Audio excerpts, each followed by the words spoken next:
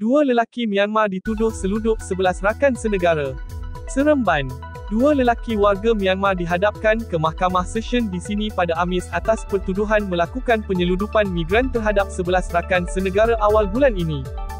Bagaimanapun tiada pengakuan direkodkan daripada tertuduh, Luin Ko Ko, 42 dan Min Zhao, 41, selepas pertuduhan dibacakan di hadapan hakim, Datin Surita Budin kerana kes itu di bawah bidang kuasa Mahkamah Tinggi.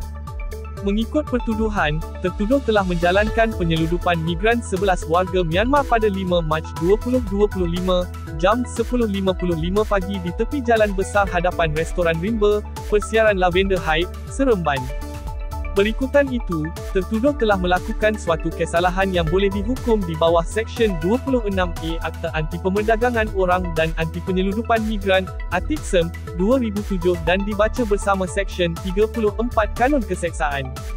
Sabit kesalahan, boleh dihukum dengan pemenjaraan selama tempoh tidak melebihi 20 tahun dan boleh juga dikenakan denda, atau kedua-duanya. Sementara itu di kamar sama, seorang lelaki tempatan S. Murugan, 52, pula sebagai operator kenderaan ban telah terlibat dalam pengangkutan migran 7 warga Myanmar yang diseludup pada 5 Mac 2025 jam lebih kurang pukul 10.30 pagi di tepi Jalan Nusa Intan, Paroi, di sini. Berikutan itu tertuduh boleh didakwa di bawah Seksyen 26J ATIPSEM 2007. Sabit kesalahan, boleh dihukum penjara tidak melebihi 5 tahun, dan boleh juga dikenakan denda tidak melebihi RM250,000 atau kedua-duanya.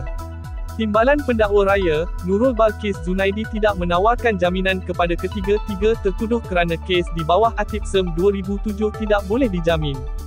Murugan diwakili Peguam, Datuk Mandev Singh Gill manakala dua tertuduh warga Myanmar tidak diwakili Peguam.